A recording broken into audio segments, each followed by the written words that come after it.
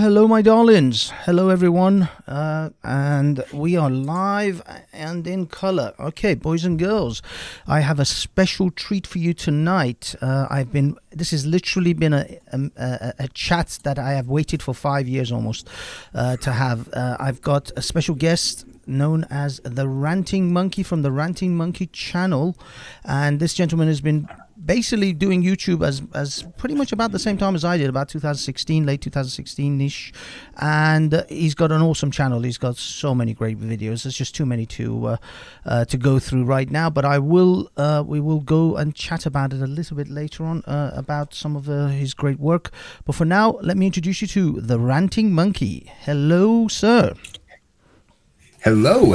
Yeah, it's been a long time since we've even got a chance to talk. I know. When you had messaged me and you mentioned how long it had been since we had chatted, like, holy crap, time flies. I know. Time flies here on YouTube. 2019 was like yesterday, and now it's right. 2021.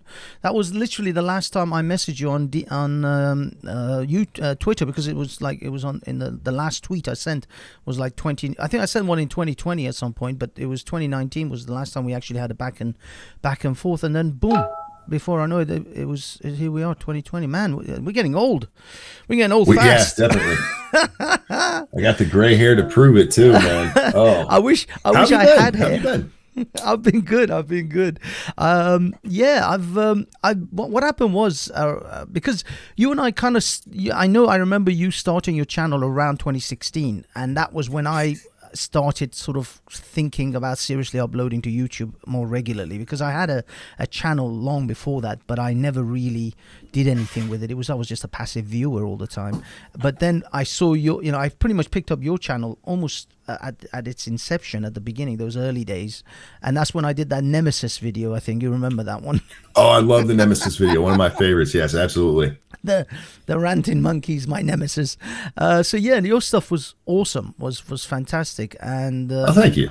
And I mean, ever since then, you've just gone from strength to strength.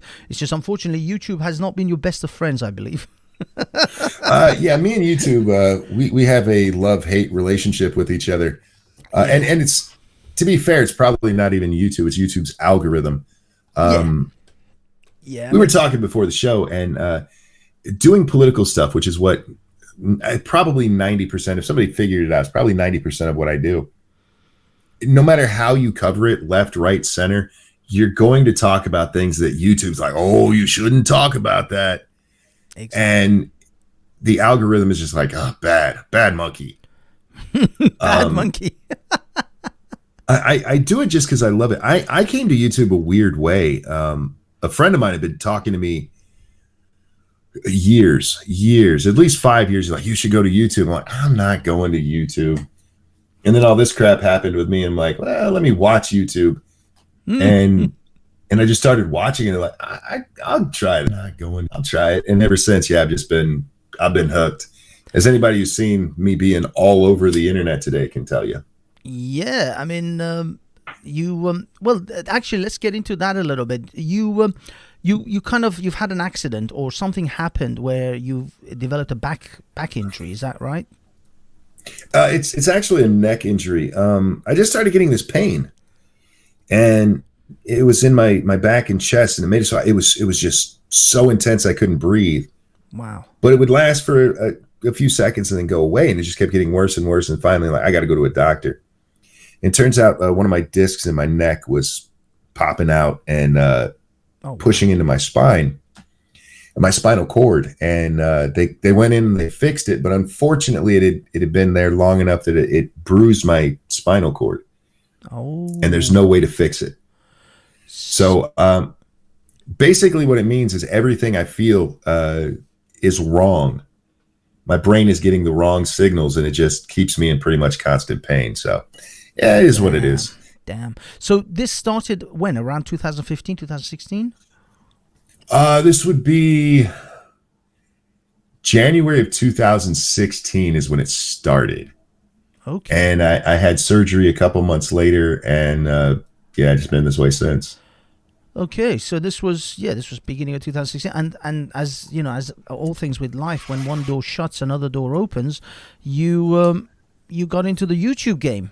And you just, you were extremely successful, and your growth was astronomical in that first couple of years. Am I right?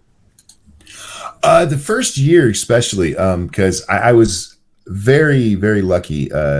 Bering saw one of my videos and liked it and put it in the end of one of his and shouted me out. And he did that a couple of times. And yeah, that really helped. Nice. Unfortunately, the growth happens with videos, and at the time I was not able to, because of everything going on with me, I just had to cut back on the videos, and I still do them occasionally, but YouTube has really taken the steam out of me when it comes to videos, because you go and you work hard on a video and stuff. We're being told that the video is not showing on YouTube. What, this stream? Yeah, in chat they said the video's playing on Twitter but not here, so I'm guessing on YouTube it's the YouTube chat. No, I'm watching YouTube myself right now. At least I was. No, still there. We're good. Certainly on my YouTube. Can you do you want to test it at your end? Yeah, I'm pulling it up right now. Give me just a sec. Yeah. Oh, it should be Banksy style it's live. fine. Yeah, no, it's fine. I think maybe the person who wrote the message didn't know. Yeah, if you're having a problem with it, refresh it. It might just be YouTube being a butthead. Oh, it says Monkey used to have a blog. Did you have a blog for a while? I did. When this first happened to me, I really got into my blog because I was blogging for a long time, and I had mixed success over there. Most of the people who read me were far more liberal than I am, and how they found me and stayed with me is beyond me. But I had a very loyal but very small following, and I found it was either an Undoomed or a Bering video that actually motivated me to try it over here, because they were talking about the same kind of stuff I did, but there was an audience for it. Yeah. And so let me try it over here. Delahaye said, I've refreshed it 3 times, still only playing on Twitter for me. I don't know what to tell you guys, because I just pulled it up. Yeah, it's playing. Are you guys on watching phone. are you guys watching on your phones? You're watching on a tab? How are you watching the stream? Yeah, the thing is, I played it on the phone. I played it on I'm playing it on YouTube right now on my browser. Have you guys tried hitting play? It might have paused it. Yeah, it might have. Actually, I don't know. Have you tried pressing play? Can you turn it off and on again? Right, yeah. Unplug it. See what happens. YouTube stream support. Yeah. So now the funny thing is, I want to move on from the accident, but just one final thing. You said that you remember having some kind of a car, like a little fender bender or something that may have actually been the inception of this happening, this issue with with your back or neck. Shortly before all of this started happening, I was in it. There was a traffic jam because there'd been an accident one snowy morning on my way to work, and I'm sitting there at a dead standstill, and suddenly I just get plowed. The lady behind me had fallen asleep and her foot fell off her brake. Whoa, and wow. I didn't feel anything. I felt fine, but did a little bit of damage to our Jeep that I was driving. And I thought, you know what? No big deal. We don't have to do anything. But that's the only thing I can think of that happened to me that might have caused a problem. Yeah. This is the funniest thing with life sometimes, because in 2019, end of 2019, beginning of 2020, this was December, literally December 2019. I was riding home. I ride a motorbike to work mostly, and this was late at night. We'd been out with some friends. I was visiting some friends, and I was going home, and there was literally no cars on the road. I rode up to a set of traffic lights. Now the traffic lights were green for me, but there was an ambulance coming from my left-hand side. Now normally, it's an ambulance coming. You just stop, let the ambulance go. I figured I'll stop for less than a minute, less than 10 seconds, let the ambulance go, and then I'll just ride on through. So I stopped, and as the ambulance was approaching, all I saw, and this is what happened from my perspective, I suddenly saw the stars and the moon, and I'm like, oh, why am I looking at the stars and the moon? And then I crashed down on top of something on the floor, and I just slid. Basically, I landed on top of the bonnet of the car that had rammed me from behind. Holy crap. And then just slid like a cartoon character onto the floor, and I just saw my bike slide in front of me. And apparently, according to the ambulance drivers, which funnily enough, they stopped for me because they were going to an emergency, but they had to cancel because it was an accident. And they treated me. They said, you flew over your bike backwards, man, and then landed on the top of the bonnet of the other car. So yeah, but what I'm trying to say, funny things in life is I flew over a car, landed on my buttocks. Now my right butt cheek, the tailbone area, is still giving me problems. This was in 2019, late 2019, early 2020. So I'm still kind of recovering from that. But remarkably, apart from bruising in my ass, I'm okay. I don't have spine issues. I don't have sort of back issues. I'm still going to the gym. Mm-hmm. So it's amazing that I flew over a car and I'm sitting here today. You had possibly a small fender bender and you've been suffering for 4 years. Well, my neck was already in bad shape. Yeah. I heard it way back in 2001. Oh, I had surgery to fix. The spine is your spinal column C1 through C7, and between 6 and 7 had bulged out, and they weren't exactly sure which one was causing the problem, if it was that one or the one right above it. Where the pain was and everything, they treated the lower one, so that one was already in trouble. iffy. Yeah, and so a little jolt like that, it was still a big jolt. Yeah. Real quick, guys, if you're not being able to watch this, go back to the channel and re-enter the stream. We're being told that works. Yeah, we're not having any problems seeing it. So yeah, no, I'm getting it fine. So I'm restreaming because I'm restreaming over Twitch, Twitter, and YouTube and D Live. But nobody even knows I'm in D Live. I don't even know I'm in D Live. Half the time I forget my account name. In D Live, I'm like, am I still on this platform? But yeah, we're on all these platforms, guys. Just feel free, pick one that works. But yeah, but it's just amazing how fragile our bodies actually are, and yet how robust or how sort of strong they are to sort of bounce back on certain things. But it's ridiculous that a small issue like yours, which under normal circumstances would be fine, has caused you years of issues. And now, is there any path to kind of recovery? Is there any acupuncture, massage, any? No, because because it's internal, it's the spinal cord, and there's no real way. There's a lot of research coming out right now where they're working with the spinal cord and fixing it and stuff. Most of them are for severed spinal cords, though. So that they're working on treatment, but they are years and years and years away from it. The only thing I can do is try to manage pain. I see. And this will probably be me for life. And that was depressing to hear when they first told me it, but now I'm with it. I'm like, hey, this is life. I just roll with it and enjoy the rest of it, you know. Look, this for me, this is what makes you so inspirational to a lot of people, is that, you know, despite all of this issues and all the pain and all the stuff that you go through, you still plowing. Almost every day I see you producing videos and content. You're going to, you know, you're so generous to even come to my channel, or you go to other people's channels, and you're working practically full time from your bed. Well, even when I'm not on stream, I'm usually doing something that's going to be related to streams, mostly Twitter, looking for news and stuff. I have to keep myself busy. I do, you know, the Monkey in the morning, and then the after party started, and the after party really started because I just needed to talk more. The more I'm talking and doing stuff, the less my mind is thinking about everything going on with this ridiculous body of mine. Yeah, I suppose, so yeah. It's very therapeutic for me, and I thank you for the inspirational line there. Many people have told me, you know, that I'm inspirational to them, and that's great, but this is more for me than it is for other people. Of course.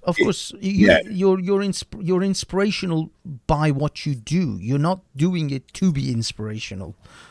There's a difference. You just are doing what you do. Well, and other people, I tell my audience all the time, become inspired. I tell my audience all the time that they help me more than I could ever help them, and it's absolutely true, because this is therapy for me. Sitting here just talking, keeping my mind off of it, it helps more than I can ever express. You know, we missed yesterday's show because I hadn't slept by the time we were getting ready. I contacted you, about 11 o'clock my time? Yeah. Like, dude, I just haven't slept. I got to put this one off. And then I didn't get very much sleep. But when it came time, it's like, okay, it's my show time. We got to get this done. I had to get just a little bit, and I ended up with about an hour of sleep and stuff. And then I go do my show, and hopefully entertaining the audience, but definitely engaging the audience. That part helps me so much. It just, I can't explain it. It's just, I need to do this. That's the thing. That's exactly it. Because you can imagine, and I'm sure you must know, there are so many people that would use this sort of thing as an excuse to do absolutely nothing, to sit around I know 'em. And yeah. just grow fat and be bedridden, you know, and just go into a spiral of depression and misery. There are so many people that would literally just never do anything productive. You know, I try not to judge other people's pain. When this first happened, so many people would say to me, you know, they'd hurt themselves, like, oh, it's nothing compared to yours. No, but you're still in pain. Exactly. And so if it's somebody who's in pain like that, like, you're fine. Yes, this sucks, but you're still able to bitch about your own pain. but there are people, I know exactly the kind of people you're talking about, who will milk the smallest thing, and those people annoy the ever-loving shit out of me. This is the thing. It's like, you know, be grateful for what you have in life, because when you look around and you think that, oh, only if I had a little bit more this, or only if I was that, and yet there are so many people that are in so many different, you know, so much worse off than yourself. If you know, for me, for example, and I've got my own challenges in life, and I've got, you know, my issues with weight gain and trying to lose weight, and always worried about that. I lost my hair, I went bald. I could have used all of this as just excuses to just become some self-loathing asshole, but I look to people like you and others that they're like, these guys are getting on with it. What are you doing? What's your excuse? I had a moment like that, to be honest with you. This was, oh God, years and years and years ago. I'm laying on the couch just in pain that I can't even describe to you, feeling sorry for myself. And I don't know where it came from, but my brain just told me, stop it. My daughter has a very good friend whose mom at that time had been re-diagnosed. She had cancer come back, and they gave her 6 months to live. She's since passed. Oh, sorry to hear. But I'm laying there, and that enters my mind, and I just start laughing. Like, how dare you lay here like this when there are people out there who've literally been told, hey, life is ending. My life wasn't ending. I'm just in pain. I'll be fine. Yeah. And so I started laughing, and I got up off the couch. I don't even remember what I went and did. I know I went and talked to my wife and told her about it, because it was just this epiphany. Get your bitch ass up off this couch and stop your whining. Yes. But I think now this hopefully brings us to our next sort of segment that I was thinking is this kind of mindset, this get up, pull your shoelaces, pull yourself up by your shoelaces, and get up and go. Is this an inherently a conservative perspective, or is this just a libertarian independent perspective? Because I don't see it coming from the left. The left are, to me, always looking for a handout, always looking for, oh, woe is me, give me something. Whilst I don't see that from libertarians and from conservatives. They tend to, admittedly, some people say, well, the conservatives, especially those big corporations, get the biggest bailouts of all. And that may be so. But as a independent thinking, sort of as a person's independent mindset, is this where you think where do you get this from? I get it from my mom, and I think that's where this kind of stuff comes from. I think it comes from parents. Born asthmatic, my mom was very big on, you cannot let that stop you. You got to live with this the rest of your life. You cannot let that stop you. You got to get your ass up. You got to take care of things that need done. And that's where it comes from. Now, that might lead to a more conservative or more liberal, depending, which way you're talking there. I think we have way too many people, and I've seen it from all different groups who, anything that they can grab onto to woe is me, they will do so. And I think it does. It comes from a place where parents these days, the further we get away from the greatest generation, here in America, the more we get towards, you owe me something. Kennedy got up there and said, ask not what your country can do for you, ask what you can do for your country. And now it's like, give me, gimme, gimme, gimme. And conservatives, they're not immune to it. They have things that they want and desire. It's just, to me right now, it's not as bad as the left side of things. Yeah. And you really do have a push, like this stupid crap they call ableism. That's ableist, because they said walk. Like, shut up, stop your. And we really do. We need somebody to just grab America by the collar and go, stop it, get up and stop it. And I think it's a cultural thing in America right now. I can't speak for the rest of the world. I don't live there, don't pay that much attention, but here, sure, definitely. So it's do you think that is this this cultural shift, is this just as a result of, because I'll tell you why. I'll tell you what I'm thinking. There's an expression. Now, I said it long before Joe Rogan did. People are claiming Joe Rogan has recently said it, but I said it, like, I've got videos, evidence. I send it to my friends. I was like, because they sent me a clip saying Joe Rogan said this. I'm like, motherfucker, I said that like 2019. Don't come to me about this. And it's basically that old saying, hard times make hard men. Hard men make good times. Good times make weak men. Weak men make hard times. And yes. And now, as I said, Joe Rogan has recently, his clip is all going everywhere now. Oh yeah, like he was the first. But anyway, what I'm saying is this a result of the success of the Western societies? I mean, when I say, not just America, but also Europe, Canada, etc. Absolutely. We have too much freedom to bitch. We have sorry, I just had to refresh chat because it wasn't going for me. Hi everybody. We have too much luxury. people today, they have to go out and find something that is offensive or hard to them. This is holding me back. No, it's not. Shut up. Yeah. Your great grandparents were living off a potato a day. Exactly. Living on dirt floor. What are you complaining about? And yeah, it's just that there's too much. We're too soft, and it's because we have a society that doesn't have very much strife in it. If you look around at the strife we have in the Western world, most of it's made up nonsense. Yeah. It's what they call first world problems. Literally first world problems. I don't think, obesity is not really much of an issue in Uganda. Right. Ethiopians are not suffering from that, funnily enough. It seems to be No,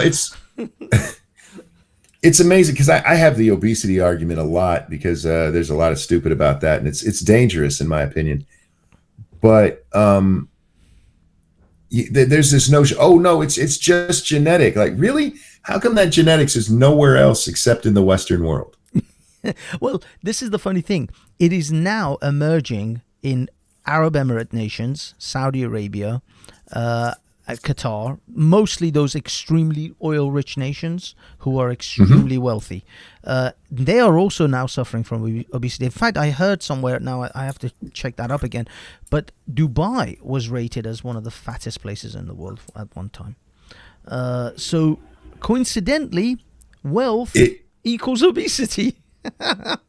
It does. It's not genetic. It's the ability to have food at the ready. And we have if you go back to the late 70s, there was this real big worry about food shortages, and not the kind we're seeing now because they're having, transportation issues, but we can't make enough food for everybody. And since then, we have so much food that we throw away a quarter of it. Yeah. At least in the more rich worlds. Yeah. Rich parts of the world. And you still won't go anywhere in Africa where they have tribal nations and see anybody like super fat. Yeah. You don't see some even Masai Mara warrior waddling out of his hut because he's got big bones or he's got a thyroid problem. Funnily enough, they're all pretty skinny looking guys because they have to wait 3 days to have a piece of meat because they have to hunt that piece of meat down. Yeah. It's a whole different thing. And if we would just admit it, hey, we're very lucky and that's why we're fat, we should probably cut back, we'd be fine. But instead you have these idiots who are like, no, it's genetics, or there are people who make the honest argument about big bones. I'll joke about it, but there's people who make that fucking argument. Like, you're not, I'm sorry, am I allowed to say fuck you? Yeah, you can say whatever you want. I forgot to ask. Yeah, it's all good. Okay. Like, you don't have big fucking bones.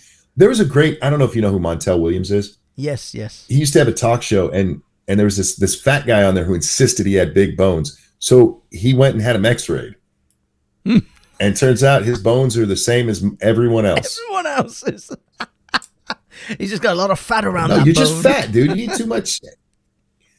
Yeah, you eat too much and you don't exercise enough. This is it. This is exactly what Ricky Gervais says. He says, look, it's simple maths. Calories in, calories out. If you eat too much, you eat more than you burn, you're going to get fat. Your body is a fat storing system because for eons, our bodies have been, used to recognizing famine.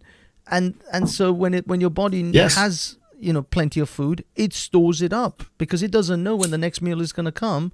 And it has been literally used to having feast and famine moments for most of our existence. It's just this particular few centuries that we happen to be living in is abundant. And this is the funny thing. We, in a particular part of the world, is abundant with food. There are people out in other parts of the world who don't still have that abundance. It's actually a very small percentage who have the luxury of becoming fat. So, yeah, this isn't some... sorry, go on. I want to address chat real quick. Hate Camel says, wasn't Montel a Marine? I believe so. I used to love talk shows, man. I used to watch them religiously. Because I like drama. Yeah. Especially like Jerry Springer, things like that. Oh, God, yes. Springer was the best. It was good. Because all of the other ones tried to be above it. Yeah. They used to try to be above it. You guys had you're in the UK, right? Yeah. Yeah, you guys had a show. What's the guy's name who Jeremy does like Kyle. the I think you think fraternity thing? Jeremy Yeah, Kyle. Jeremy. He does it too. They're the only two I've ever seen who really embrace the spirit of what that is. Everybody else would try, okay, everybody calm down now. And Jerry's like, well, they're going to fight. Let them do it. He would sit there and just egg them on. He'd egg them on. It was great to watch. Well, the funny thing is, I still, to this day, I modeled my show closely after his, especially the panel shows, because I always have a moment at the end where everybody gets a minute to have final thoughts, and then I'll wrap up the show myself with a final thought about the show and the subjects we discussed, and I wrap it up that way. He is the model for my for my shows, especially if the shows are just diabolical, like, people just screaming at each other halfway through half the show, and they're just, ranting and raving. And, yeah. So that's fun content. Real quick, in your chat, Jupiter Affiliated said, I can recommend some brilliant drama channels. If you're on Twitter, hit me up. My DMs are open. Send me some. I love drama. I really do, man. I sit there and watch. I watch this stuff anytime something big happens. I got to go find out what happened. Yeah, the funny thing is, Jupiter, I know Jupiter and a few of the others from the chat and other places, because I started going to London Speaker's Corner. I don't know if you've heard about London Speaker's Corner. It's It's like a place in London which is kind of famous for people going there, and effectively this was the YouTube panels before there was YouTube panels. For hundreds of years, people used to go to Hyde Park, stand on a box, and rant and give their opinions. So that's where I started going for the last, since 2018, and recording some of that, and that's a lot of drama. Oh my God, there's so much drama. People have been punched and attacked. I got attacked myself. It's been a lot of up and down. I'll send you some stuff. I will warn you, it is very addictive. Oh, please do.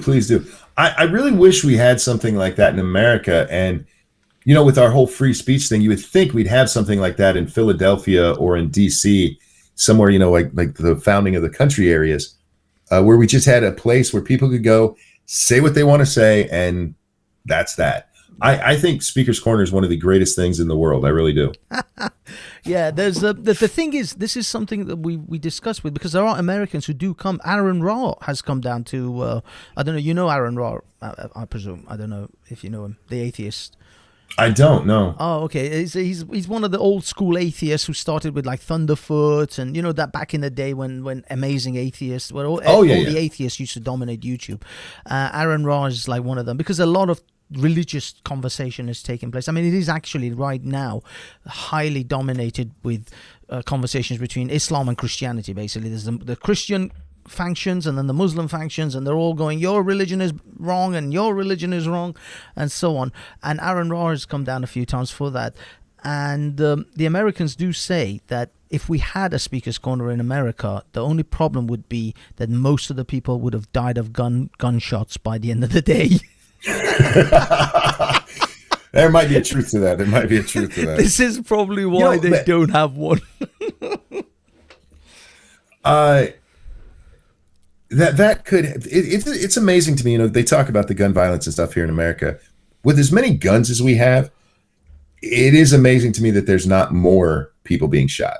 Because we have like 400 million guns for 330 million people, and we do have a lot of gun violence and stuff, but you would think like, okay, 1 million people died a year, but no, it's odd. We're strangely reserved.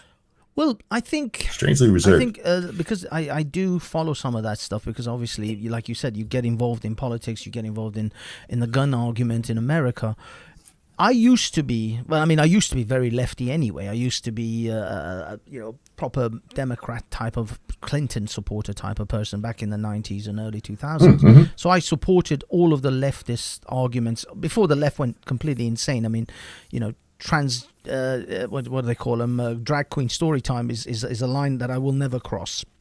But that was it. Right, That's when right. they went too far. I was like, okay, now you're bringing a burlesque act into the children. Like 5-year-olds are sitting looking at this man dressed in a corset. How is this progressive? This is not progressive. This is just insane. Anyway, I won't digress. But what I wanted to say was, I used to be anti-gun a lot, because I thought, okay, you guys are like, this is killing yourselves. Not only the fact that people are shooting themselves as gun accidents, children finding their parents' guns. There's a lot of that stuff going on, and I still agree that there should be more robust responsibility on the side of the gun owner. The gun owner should go through some sort of. I mean, one of my friends who I worked with, my colleagues from Atlanta, he had a gun license. He had a private concealed carry gun license on him. And I saw one of his license once, and I was like, "Oh my God, you got a concealed carry license?" He goes, "Yeah, I got one." I was like, "What did you have to do?" I'm thinking in my head, "Oh, he had to go through some SAS, like, months long training where he had to learn all sorts of different gun safety rules." He said, "No, I just went up there and I applied. I filled out a form and they gave me it." It's like it was less effort than getting a car license. And I hear what you're saying with some kind of training, but here's the truth. Everybody who drives in America has to go through training. We have to do written work. We have to do a test where somebody drives with us, and 40,000 people are killed every year in car accidents. Absolutely. And a lot of them are just people being really stupid. I 100% agree. You're never going to account for the stupid people, so yeah. Yeah, well, no, I 100% agree that yes, there will always be idiots, and no matter how many licenses you have to make an idiot take, they can pass the test, but they'll still be idiots when it comes to the actual life.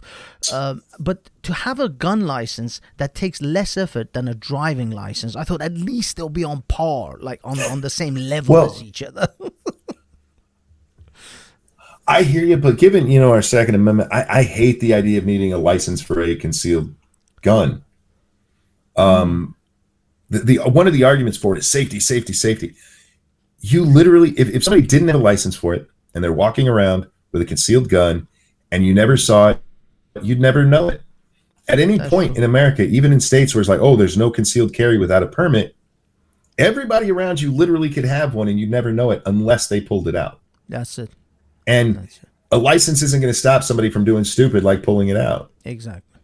Oh yeah, no, I mean, as I said, the stupid won't. So anyway, it won't stop a stupid. Now, the reason I said all this is because I wanted to circle to the where I ended up with the gun argument, and that is, although as much as I can agree with all the safety precautions and people should be trained to be responsible with it, there is a thing to be said about a country that the citizens are armed, because every dictator has always disarmed the people before they became the dictator. Yes.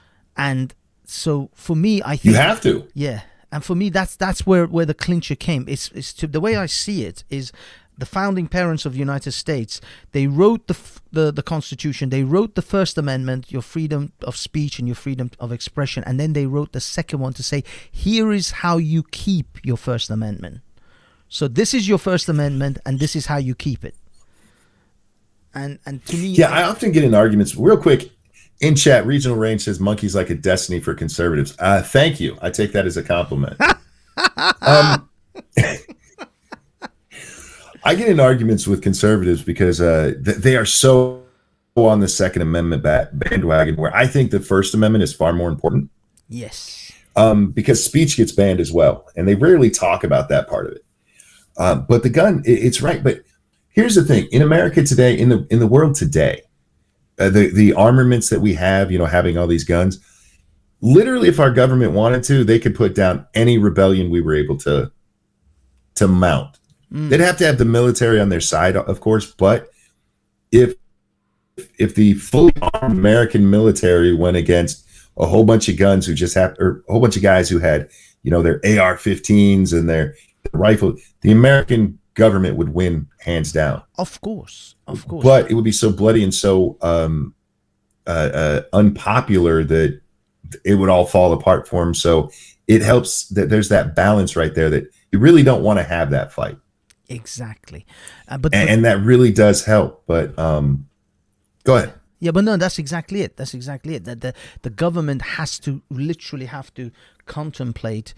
We have to send our soldiers to tell them to go and kill their brothers and their mothers because their brothers and Yes. mothers are now uprising against us. How am I going to be able to convince this soldier to go and shoot his own brother? So there is Yeah. that And aspect. that's what keeps, because in the old days, man, you know, you had a musket at home, they had a musket in the military, no big deal. That's a one-on-one. Whoever shoots better is going to win. Nowadays, the military has much better weapons than the common citizen. Yeah, But yeah, it's that whole thing. You're not going to tell me to go kill my brother unless there's a good reason for it. exactly. I mean, I don't think, of And course, the American military is not going to, a guy with an AR-15 is not going to be able to stand up to an Apache helicopter. Let's be honest. right. But yeah, So it's more of a political thing now, but the gun is what makes it, because it would be a war. If the American people were unarmed, you send in the military, you don't have to kill everybody, you just round them up. yes, You send in the military against them now, there's going to be a whole bunch of shooting. yes, that's So what the Second Amendment is very important here, and I think a lot of the world. I'm sorry, I don't mean to go on a rant on your show here. no. I think a lot of the world, people who look at us and they're like, "How can you have so many guns?" And we look at you guys and go, "How can you not?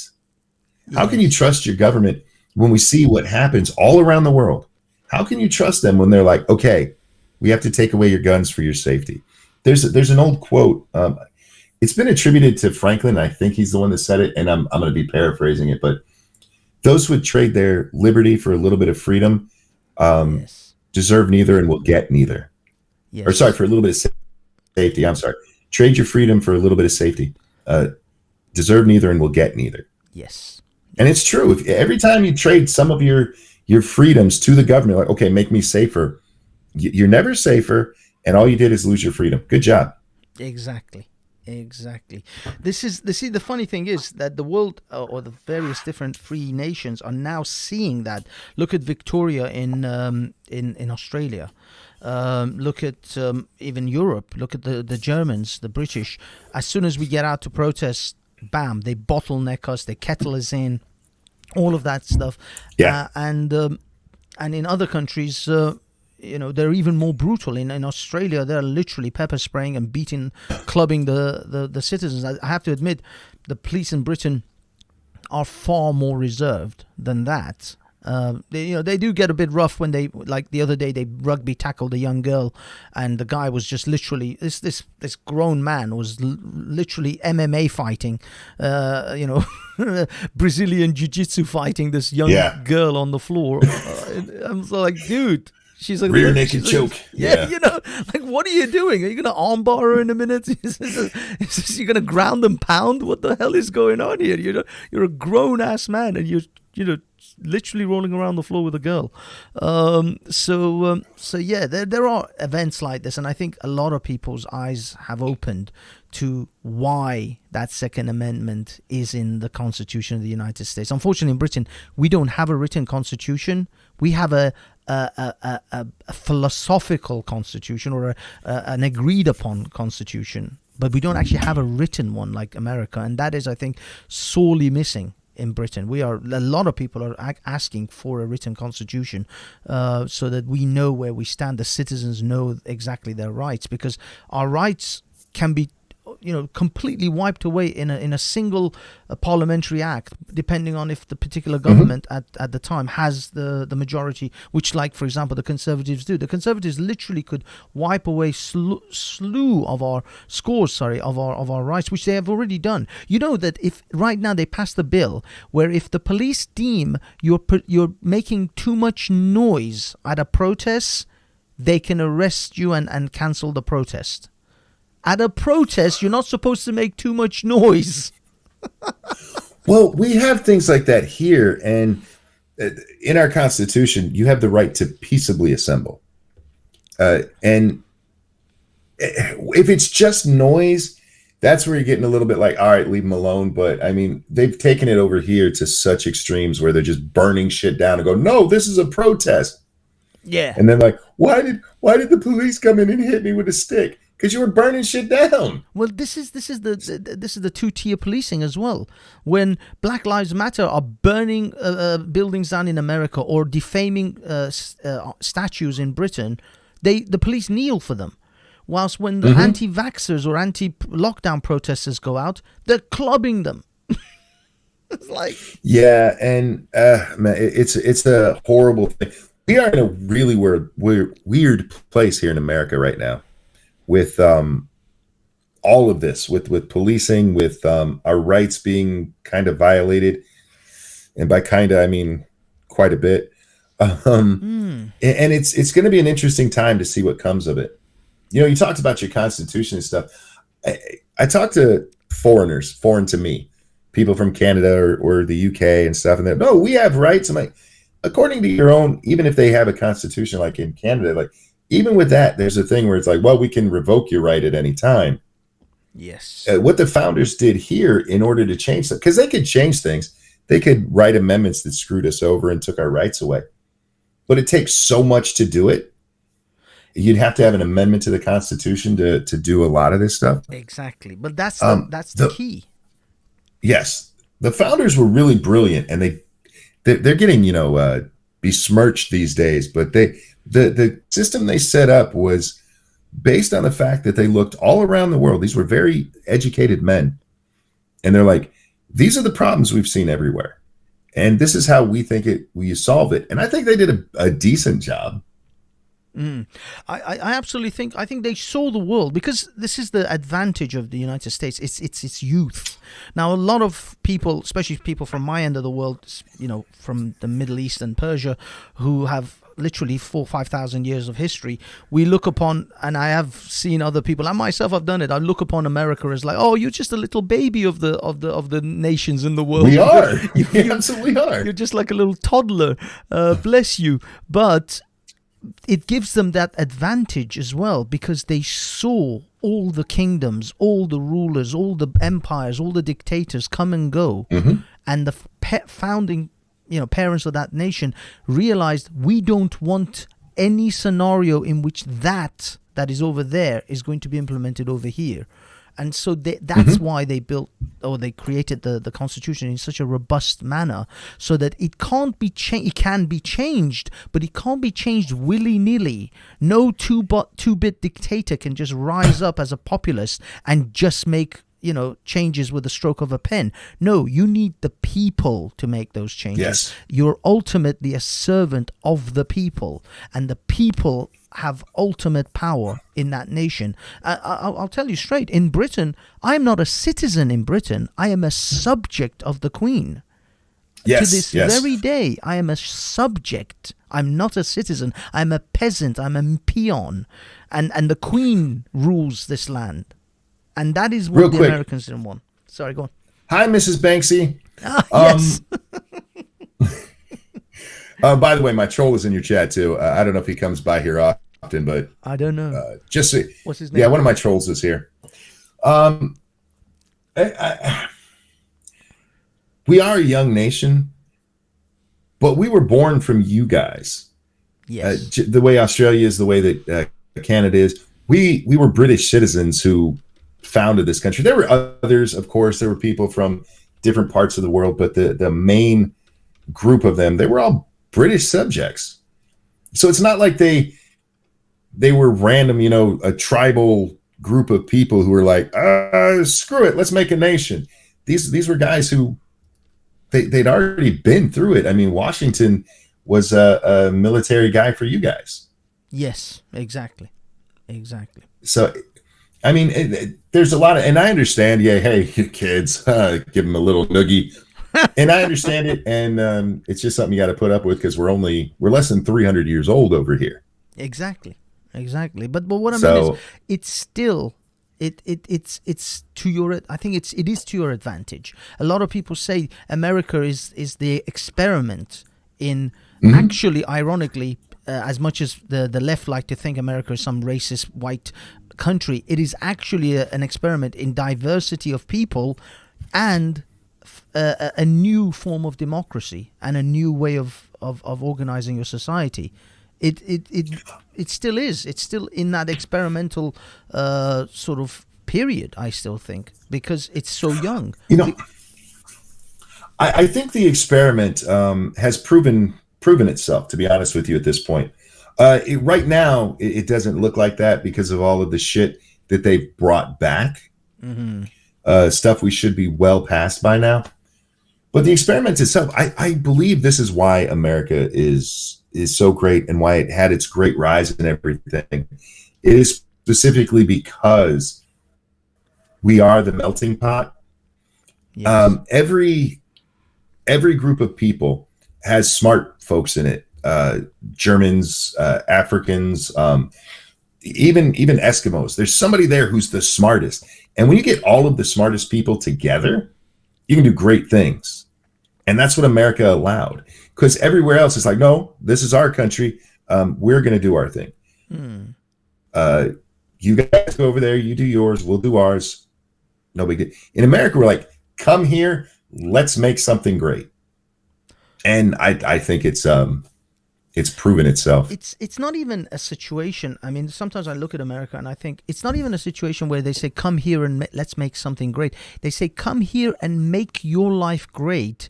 And the side effects of you making your life great is that we all benefit from the thing that you bring and the thing that you create to make your life more comfortable. It permeates the rest of society. Because people are not, they say no man is an island. You can't build a house by yourself. You can't pave the roads by yourselves. You need other people to do that for you or with you. And if you come and you bring your unique abilities and your unique ideas, and you then, through capitalism, share that with everyone, because you want to become rich, because you want to have, a good life, you give out products. You create things. This is why I see things.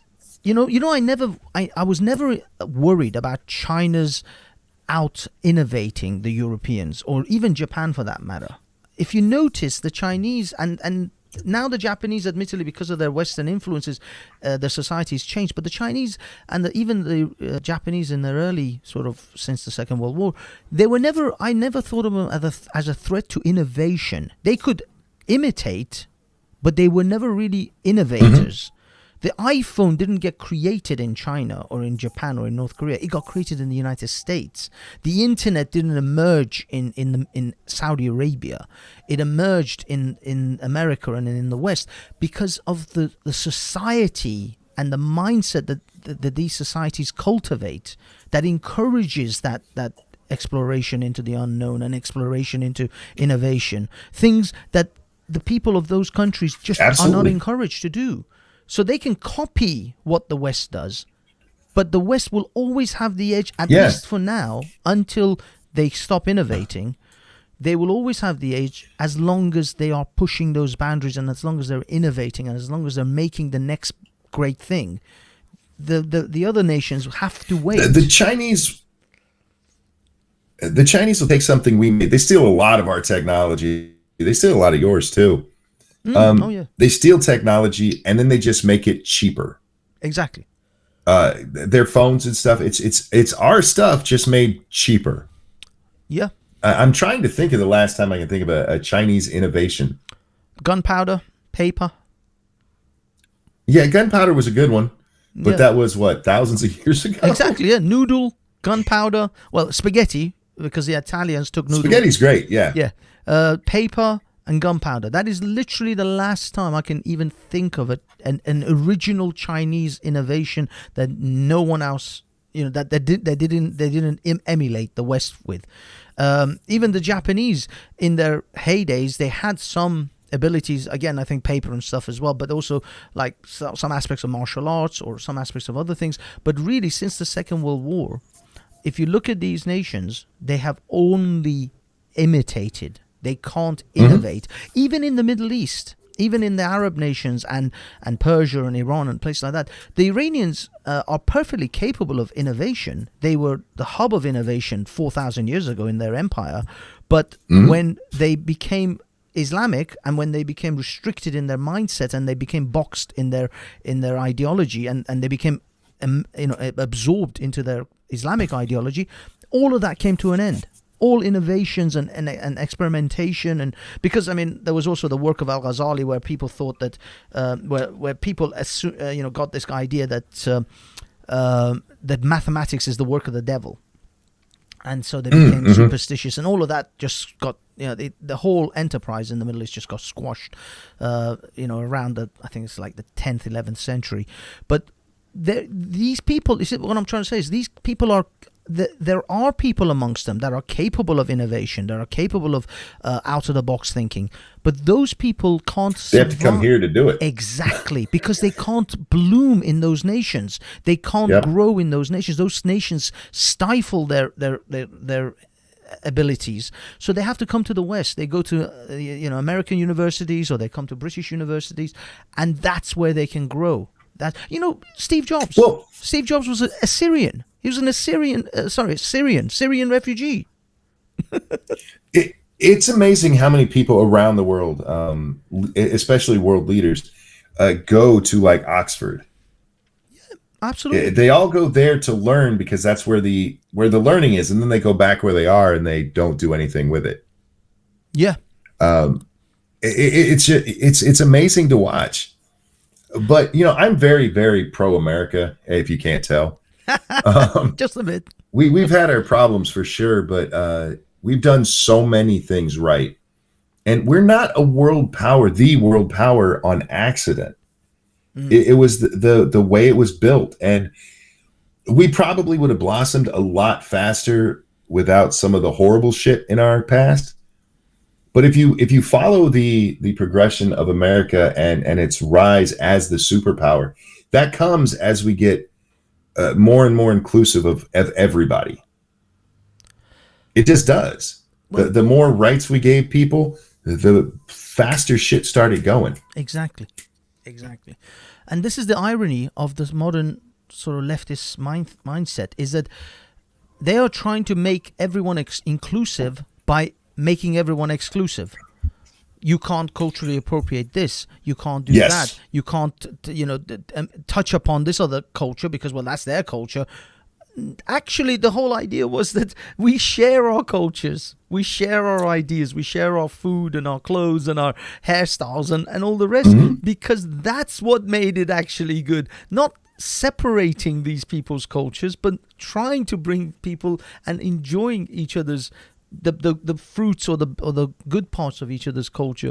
That was supposed to be how it was. The left, in their attempt for inclusivity, are excluding a shitload of people. And it's like, indeed. And it's unbelievable how they don't even recognize this. I mean, I'm sure there must be people in the left that sort of step out of this bubble and go, this doesn't look right. That's what always surprises me, is because some of the stuff they come up with is just asinine. If you go back, the one that really kicked off cultural appropriation, I mean, it had been around and people talked about it a little bit here and there, but it was a couple of white girls in a college who got offended that somebody wore a sombrero on Halloween. And it's what we were talking about earlier with people just looking for strife because they don't have any. Yes. They don't have any strife in their life. So like, I got to go find something to be upset about. When you're, hunting your own food and that's the only way you're going to eat, and you're building your own house because that's the only way you're going to survive the weather, you don't have time for, oh my God, he's wearing a sombrero. Yes. You have bigger problems to think about. I think if your belly is empty and you're thinking the only thing you're going to be able to eat is if you can hunt that rabbit down with a spear, then you're not really going to be worried about cultural appropriation. You're just looking at that damn rabbit. Hoping it sits still when you throw the spear. Yeah. You know what I mean? It's like, I just need to kill that son of a bitch over there. I don't give a shit if give me a sombrero. If a sombrero can kill that rabbit, I'm taking it. Make it sharp like a ninja star. Yeah, something. Yeah, I just need to eat, dude. So this is actually someone in the chat. Sorry, someone said, so are you a white nationalist? Quick Sticks Productions. Yeah, I'm an Iranian that lives in Britain. That's my my stalker troll. Oh, is that it? Yeah, that's him. That's him. Yeah, That's yeah. a shit argument, Monkey. My Which wife. one? Oh, Uh, oh, I see. So this guy actually follows you from stream to stream. That's amazing. not necessarily stream to stream. He follows me very much on Twitter, and he's always got something to say, taking me out of context. He's an ex-commie. I've talked to him before on stream. Oh, okay. So you know, But he's an ex-commie who's still a commie and just won't admit it. And he says a lot of really stupid shit. And if I'm bored in a stream and he shows up, I'll slap him around a little bit for fun. you engage. I see. Yeah. Well, I mean, I've had my fair share of trolls, and I've been a troll myself. So I'm on both sides of this fence. I'm not sure whether to love this guy or hate him. I have a very dedicated group of about 6 of them over on Twitter. And every so often they'll pop up from under their rock, and I just got to slap them down real fast. And it's always funny because it's amazing how quickly they'll take something out of context and try to straw man an argument and do that with somebody else because I don't play that game. Yeah. I mean, the thing is, like George Carlin said, never engage with an idiot because they'll bring you down to their level and then beat you with experience. Yep. So let's get to some of the stuff. I mean, I'll be honest. I've followed you so many years now, and I've got like so much in my mind. But I'm literally got 1 minute. At least this will be the hour. If you want to finish at the end of the hour, then at the top of the hour, then we can finish it. Or it's entirely up to you because I know that you obviously got things to do. Here's the thing. I have an hour and 15 minutes before I have something else I have to do. So I'm enjoying the conversation. So I'll go as long as I can. Okay, just tell me when. Just tell me when in that case. The thing I want to ask you was about the Mrs. Monkey and Baby Monkey. How did you and how was it that you decided to incorporate them, if you like, into the shows and sort of bring them in? Were you not worried about, like, funnily enough, we talked about trolls and stuff, people saying things that they might get upset, or generally, bringing your family into this because you know how the world of the internet is and how many, incredibly distasteful people are out there. Were you not worried about some of those things? No, and I've only had one person who ever came in and did anything that was negative towards them. And no, it's just my show is always about me and my life. And they're obviously a big part of it. And so just in the casual conversation, it comes up, have a granddaughter, and there would be times where she would come in to see me while I was live. And I'm very careful to keep them separate of who they are and all this stuff. So it is Lady Monkey, it is Little Butt and Pumpkin and Peanut. There's not their names. Exactly. I never show their pictures. I stay away from that part of it, but it's impossible for me to talk about my day or talk about my likes and dislikes and stuff and not have my family in there because they're so very, very important to me. I'm with you.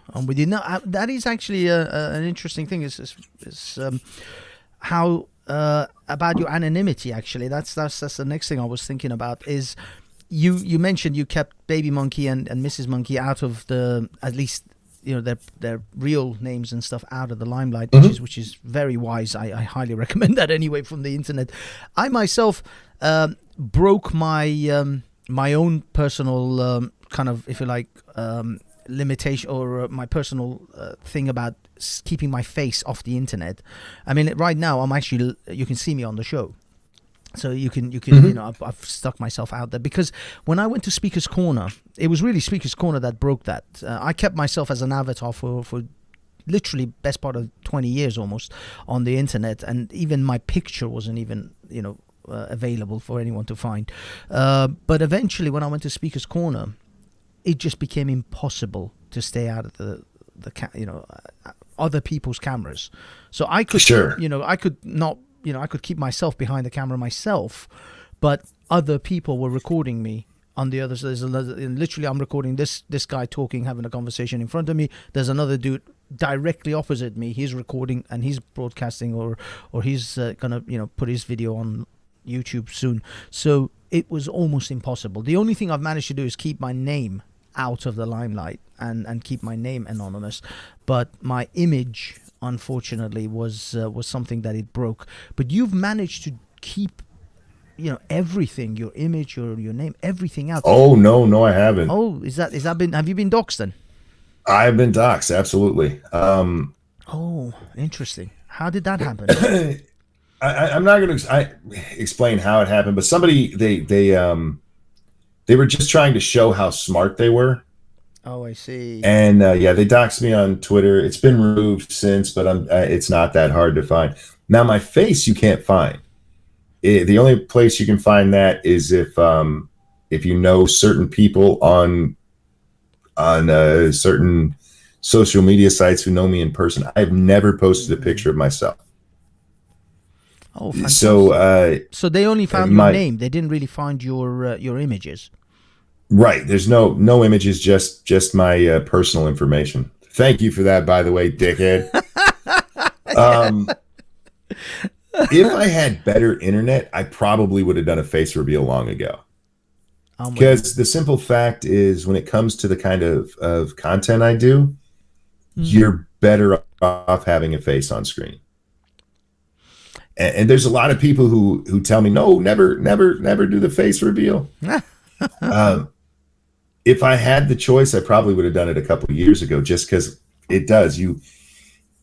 The audience tends to feel like they know you more, and they get more engaged with it. And sure, you're gonna end up a meme and all that shit, but who cares? But that's how.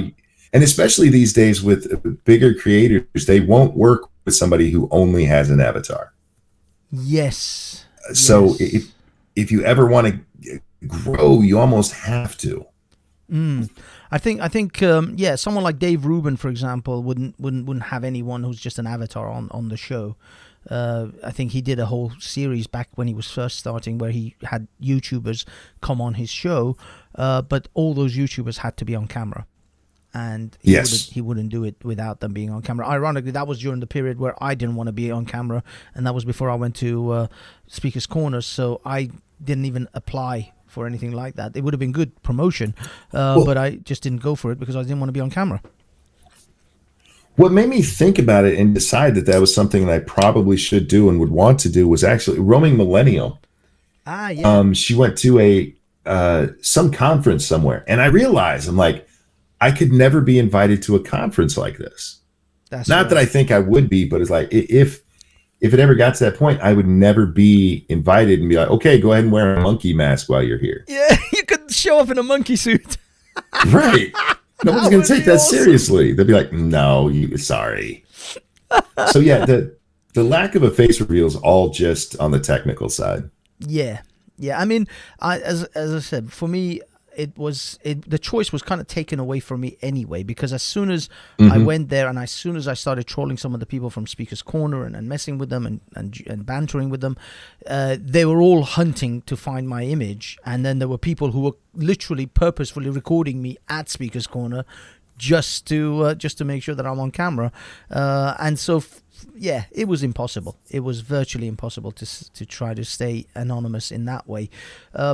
But ever since then, it hasn't really changed anything that I wanted to say or do. And to some extent, I think I've connected a bit better with my audience because of that, because they can see me.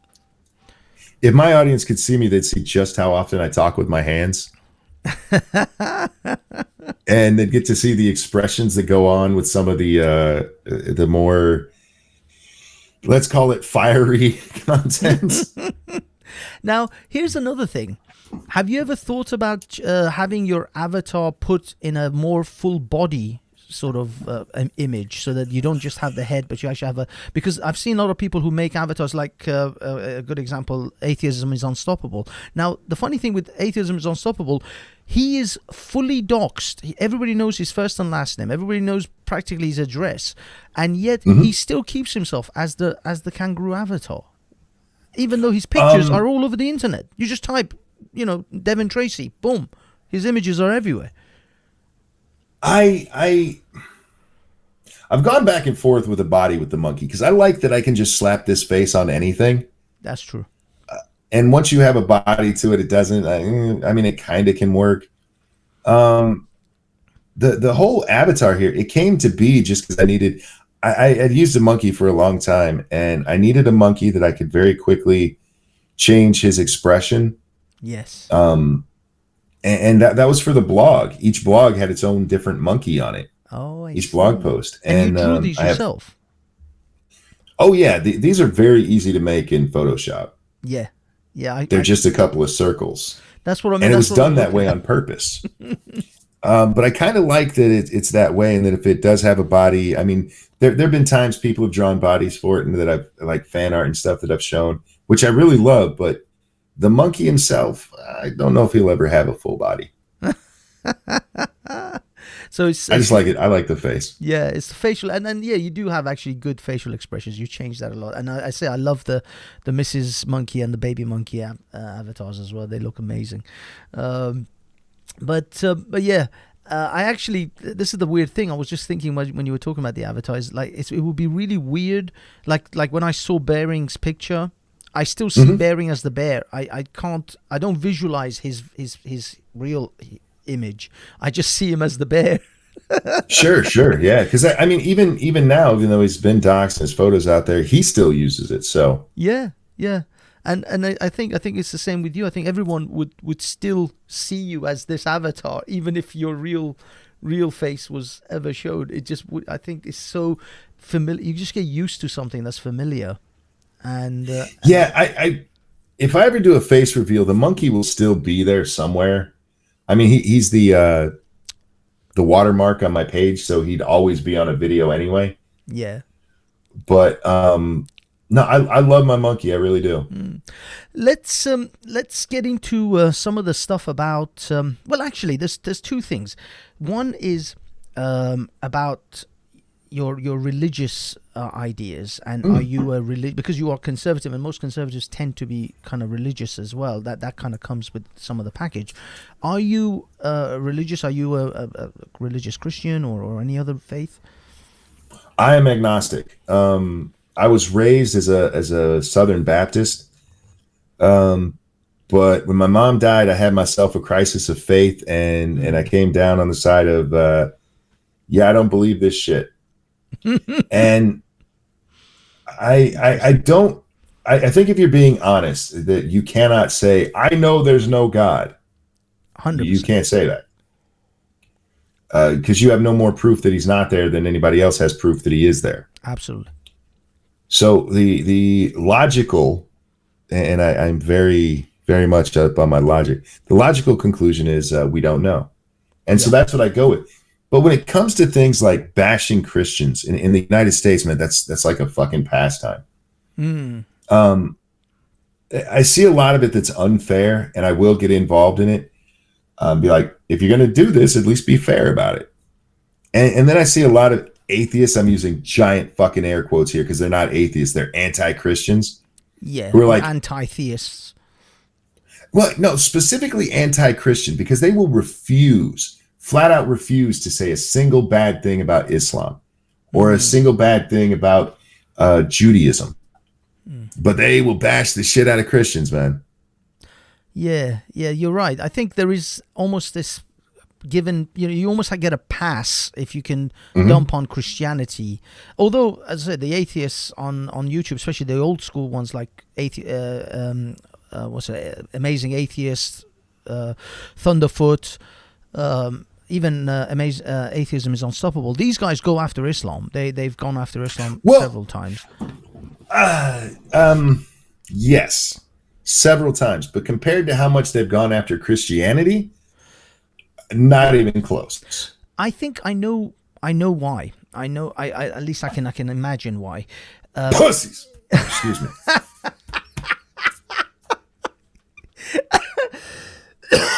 Oh man. Sorry, I had a little bit of truth stuck in my throat there. I choked on what I was drinking.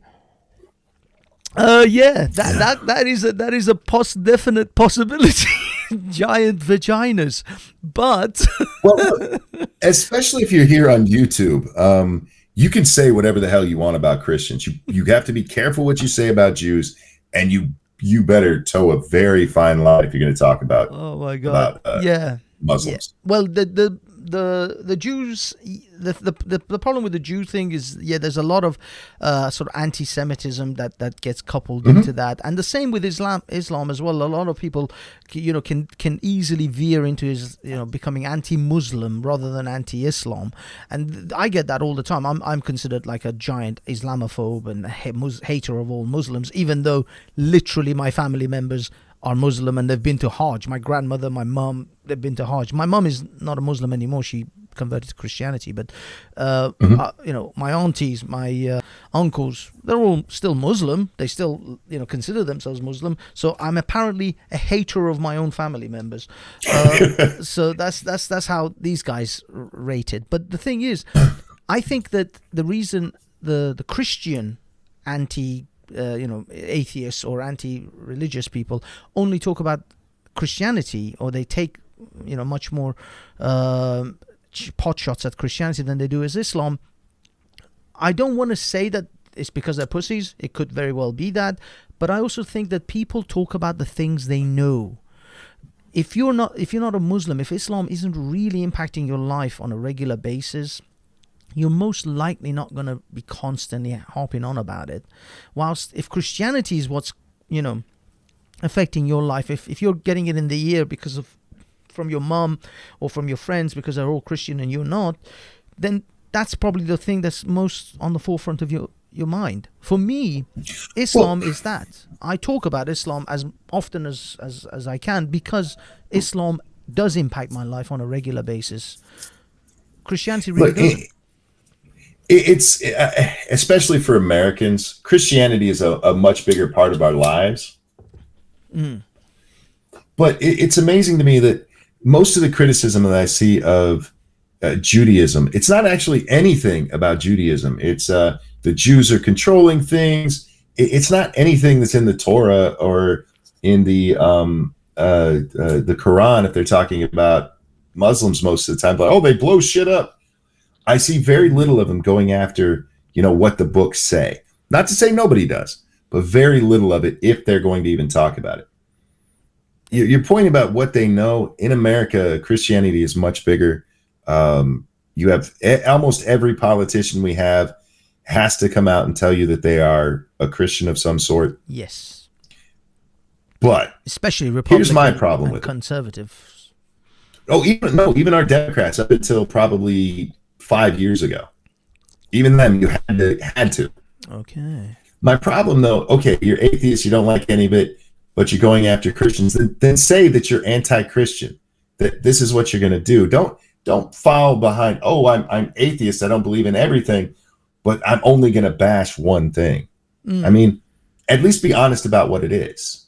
That's true. That is true. I mean, when was the last time you saw him bash Buddhism? No, nobody goes anywhere near Buddhism. Nobody. We're going after the Taoists today. That is true. The Hare Krishnas never get it as hard as the Christians and the Muslims. And look, make what content you want. I'm not telling them that they have to make any other kind of content because I hate that shit. Make what you want to make, but be honest about what you're making at least. Yeah. I mean, the thing for me is, yes, it's true that I don't have any more love for the hocus pocus stuff of Hinduism or Buddhism or Krishna than I do about Muhammad or Jesus. I see them all on the same sort of thing when it comes to the metaphysical aspects. Now, the philosophy of Buddhism, I rate that a lot more than I do the philosophy of Islam, because I don't think Islam is not really a deep thinking religion. It's actually a very shallow, surface level religion, whilst Buddhism, the stuff that they deal in with when it comes to consciousness and the duplicity or duality of human experience and all of that, it's just amazing stuff. So I can say that they think about certain things deeper than Muslims or Islam, but I don't see their esoteric, metaphysical, what's that, nirvana and achieving enlightenment stuff any more rational than Muhammad flying on a winged horse or donkey to the seventh heaven. To me, they're on the same level, because then hocus pocus. The stuff that really annoyed me about it is, we all know, the Muslim stuff blew up there that's not the right way to say it. The Muslim stuff became very big there for a little while. They blew up. The Muslim stuff blew up. Yeah, I had to fix it. That's not the... YouTube, I wasn't being a jackass there. I just caught it afterwards. That's awesome. But one of the reasons it did, Islam is growing in the United States to the point, we now have 2 representatives in Congress who are Muslim. And I'm fine. If you want to go after the tenets of Christianity, that's fine. Do so. But don't pretend that this other stuff isn't coming or isn't here, because we have a lot of Jews in Congress as well. Oh, yeah. So it's not like, they're making Christian laws. Like, that guy's Jewish. Exactly. So, just be honest about it. That's all. I understand the whole atheism thing. But again, I always fall back. No, I'm agnostic. Hey, dude, can I step away for just 2 minutes? Yeah. Do you, boo? Do you, boo? I'll keep these I will guys. be right back. I'm sorry about this. I'll be right back. It's fine. It's fine. Do whatever you need to do. We've already extended what I was planning, which is an hour. So Monkey has been extremely generous by giving us more time, guys.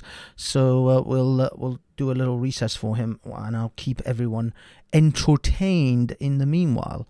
So how are you finding it, everyone? I just want to go through the chat a little bit, say hello to some of the people, and if you're new here, thank you for coming, and you're all welcome to troll away the best you wish.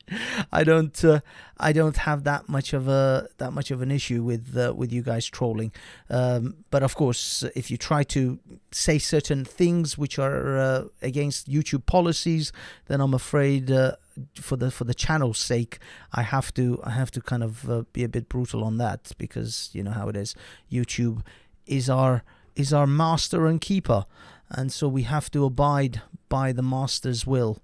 But as far as just trolling me or Monkey is concerned, I think we both have tough enough skins to not really give a shit. Oh my God, Erendor in his house. This guy is very nuanced. Ranting Monkey is amazing. Guys, if you haven't seen Ranting Monkey's stuff, and I know a lot of my audience is sort of British and European based, so if you guys haven't seen Ranting Monkey's work, you guys should go and... I've followed Ranting Monkey almost from when he started in around 2016. He's made some brilliant videos, some really good insight into American politics and American sort of social issues. So go check out Ranting Monkey's videos. He's done some splendid work, especially the stuff that he did in between 2016 2017, because that was the period where YouTube was a little bit more freer to talk about certain things, so he managed to he produced some brilliant videos. Sorry about that. No problem. Don't worry, I can talk till the cows come home. So it was literally it felt like a second. So let's get into some bits and bobs about I know we're backtracking a little bit, but around the Trump phenomena and the Trump election. What were your thoughts? Because people who are, someone like, for example, Atheism is Unstoppable. Atheism is Unstoppable was banned from YouTube because of his supposedly controversial and maybe, right-wing ideas. And yet he was absolute 100% supporter of Hillary Clinton. He was a Democrat. He promoted he shilled for Hillary. He was full on the Hillary bandwagon and absolutely, hated Trump. And yet he gets banned from YouTube. And so some of that is sort of a bit weird for me. But where did you fall in that early 2016 sort of period when it came to Trump and Hillary?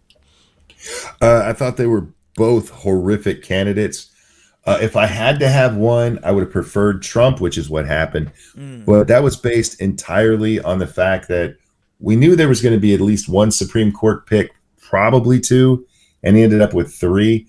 Yes. So in that respect, I'm actually very happy that Trump was there instead of Hillary, because I'm not necessarily the biggest fan of his picks, largely because so far Kavanaugh has been just a pussy, to be honest.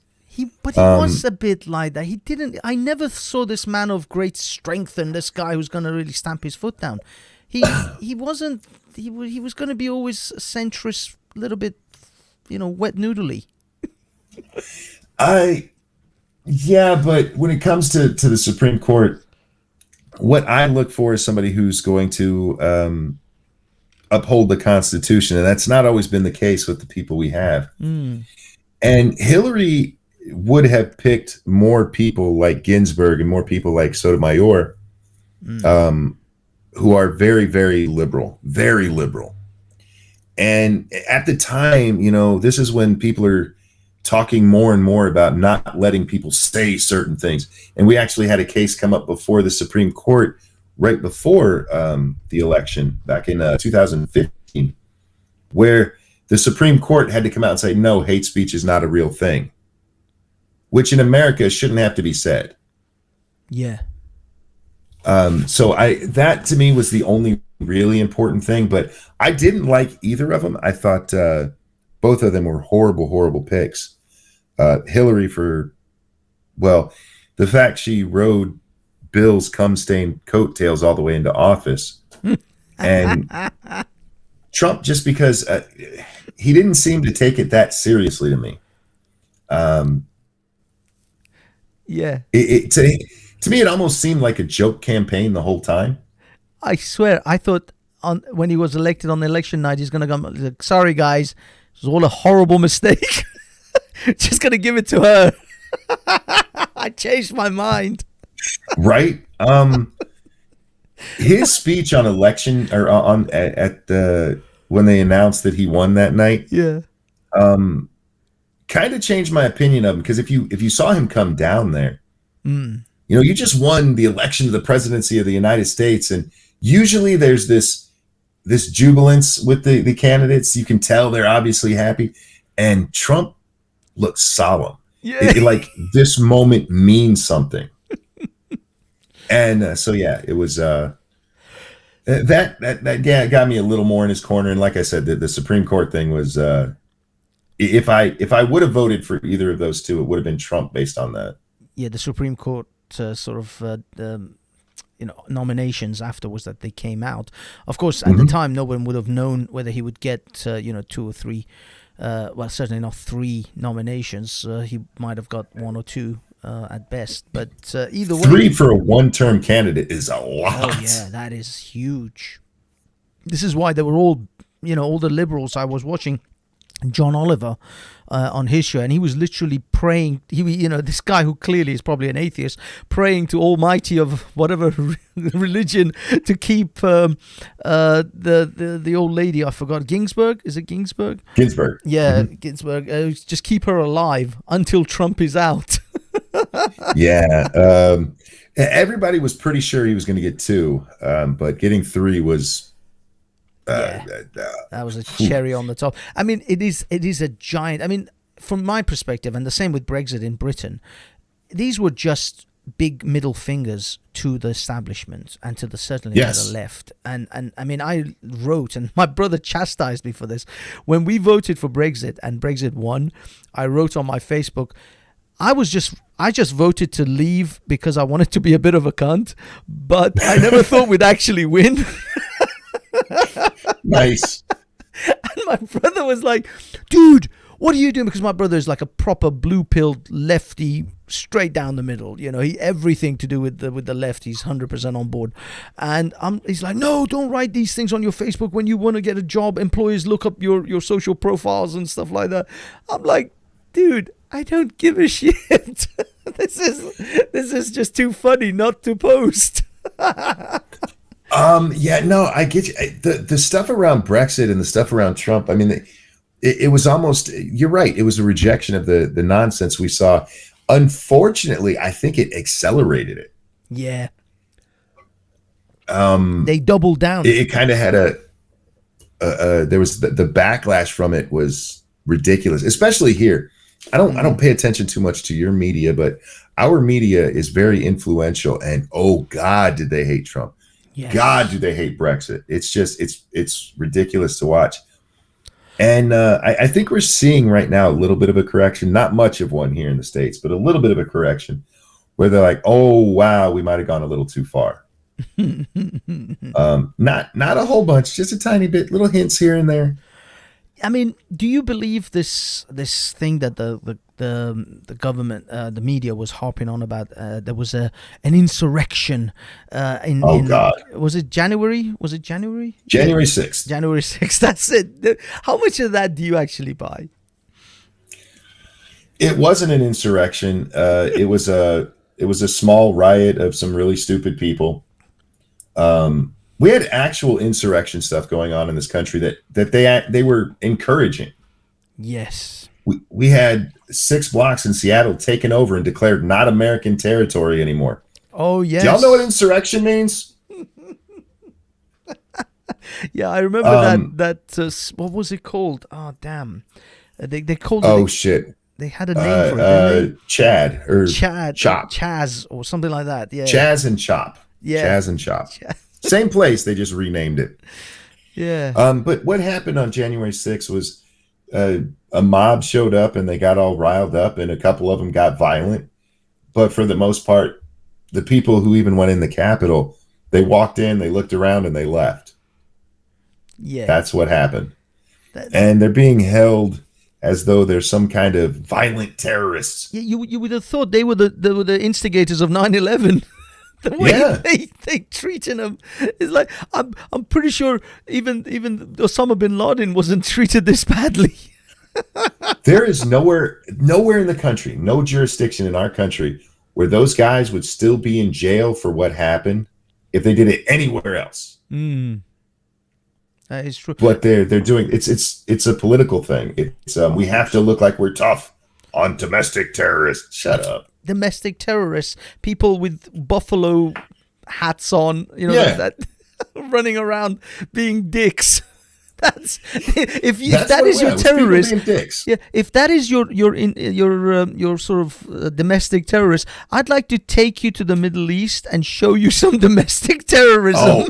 Oh, dude, there was a story that came out yesterday that some teachers group, I forget what group it was, but they want the Biden administration to declare people who show up to school board meetings and yell at the school boards as domestic terrorists.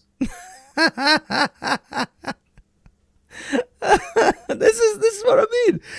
I think this is the weird thing that I don't get is like Americans. Have you guys seen the Middle East? You guys pulled out of Afghanistan only a few months ago. Do you honestly can't see what terrorism looks like? You know the dude who blew himself up at the airport in Kabul? That's how terrorism looks like. See, hyperbole is one of the greatest things we produce here. Nobody in the world does it like we do. It's just I mean, the thing is, we don't live in a world in which we're stuck in a bubble now. I mean, you and I are having a conversation over thousands of miles across the world. It's as simple as just a few clicks of a button. We don't live in news bubbles anymore. So like I'm not, we're not just closed off from the rest of the world. You can see real terrorism. You can see bodies and arms and legs of people who are scattered across the floor. And now you're telling me some asshole with a buffalo hat who's running around sitting in the House of Congress is on the same level. It goes back to what we were talking about earlier, though. America's only really experienced terrorism on 9/11. We've had, if you go back to, what was it, 93, the bombing of the World Trade Center, they blew up a car in the parking lot underneath it. That's right, yeah. Those are the only two real... That gay club shooter as well. But I suppose that's like... No, they don't count that one. No? The nightclub shooting, that was a shooting. That wasn't a terrorist event. Okay, I thought that guy was okay. Because I thought that was charged as a terrorist act of terrorism as well. But there was another one where a guy and a girl did some, and that was just a shoot. It's amazing how little we pay attention to it. You look at somewhere like, say, Israel, where it doesn't happen like it used to, but back in the 80s and 90s, people running in and blowing up buses and nightclubs all the time. We don't deal with that. We're on the other side of the world, and most of the times we just don't deal with that shit. So we have it so good that somebody yelling is terrorism. Yeah, exactly. This is what I'm thinking. I'm thinking, just like you said earlier on, first world problems, and because everything is safe and comfortable, they don't realize it, so they have to find things to bitch and complain about. And I honestly, I mean, I don't know, maybe it's because I live in Europe, maybe there's a European perspective, maybe it's because I'm Middle Eastern and I have a more sort of, my eye is more on that part of the world, but I see real terrorism. I see people in UK, in Germany, people in trucks running people down and then getting out with knives and stabbing them to death. This was only a few years ago. In Ariana Grande's in Manchester, some dude blew himself up. He killed 8-year-olds, 9-year-olds. He wasn't killing grown men. He was killing children. This is terrorism. Cool Frog in chat asks, not Tim McVeigh. Tim McVeigh, I would absolutely consider a terrorist. But when you're talking about terrorism, usually it's not homegrown. Tim McVeigh is one of the few examples of something I would actually call domestic terrorism. Usually when we talk about it, though, it's, somebody, a foreign-born person who's mad at us for something and politically decides to kill people. So Tim McVeigh, yes. But when you're talking about the kinds of stuff that, like, when a Sunni decides to blow up a bunch of Shiite Muslims because they hate each other, that to me is more of what we're talking about. But even if you add McVeigh, we still have so few over here. So few. Well, this is so yeah. You're yelling at a school board. Yeah. Shut up. It's just the priorities and the apples and oranges comparison is unbelievable. It's almost insulting. Yeah. You're gonna, it is. You're gonna go and tell a mother at the Ariana Grande Manchester bombing that a woman in a high school in America screaming at the school board is the same as some asshole who killed her child. I would wish every time one of these people who propose such a thing has to stand in front of a victim of a real terrorist act and say, "Oh yeah, it's all the same." Love. Oh, you underestimate Americans. We would do that. There are people here that would absolutely go over there and go, "It is exactly the same." That is fucking insane. It is, but it's real, insane, dude. How can they even? Oh man, this is what I mean. These people are out of touch. They've lost touch with reality. They're and not just lost touch. They're so far out of touch that it's comical. Yeah, it's farce, and it's what we live with every day. And I think it all comes back to how well we have it. And because we have it so well, and we can sit around and be bored with ourselves and looking for some kind of problem, it has made a lot of really stupid people. And then you add the internet into that, and stupid people can talk to other stupid people, and it just gets dumber. Do you watch TikTok videos? Yeah, from time to time. I've got a love-hate relationship with that app. I'm going to recommend something to you if you don't follow it. Over on Twitter, follow Libs of TikTok. Oh, yes. Libs of TikTok. I started following that one. Yes. Holy shit. There was a woman up there who told us that she is studying microaggressions. She's studying microaggressions. Studying microaggressions. She's going to become an expert on that. Oh. Like, oh God. If your problem has the word micro in front of it, it's probably not a problem. Bloody hell. I'm just throwing that out there. Micro. Do you know what that means? Micro? Small, tiny, yeah, little. It's like sarcasm, or if someone goes, "Ooh, those are lovely nails. Are they real?" That's a microaggression. Yeah. These fucking people, man, they just make it up to be mad about stupid shit. I've actually heard that according to a critical race theory, and actually that's another thing which I would like to give some thoughts on. According to critical race theory, if you ask someone where they're from, that is actually a racist comment, and of course microaggression as well. It's racist to ask somebody where they're from, which is fucking retarded. So sorry, it just is. The floor is yours, sir, on critical race theory. What are your thoughts? Okay, critical race theory is actually two different things. The original idea of critical race theory comes out of the 70s, the early 70s.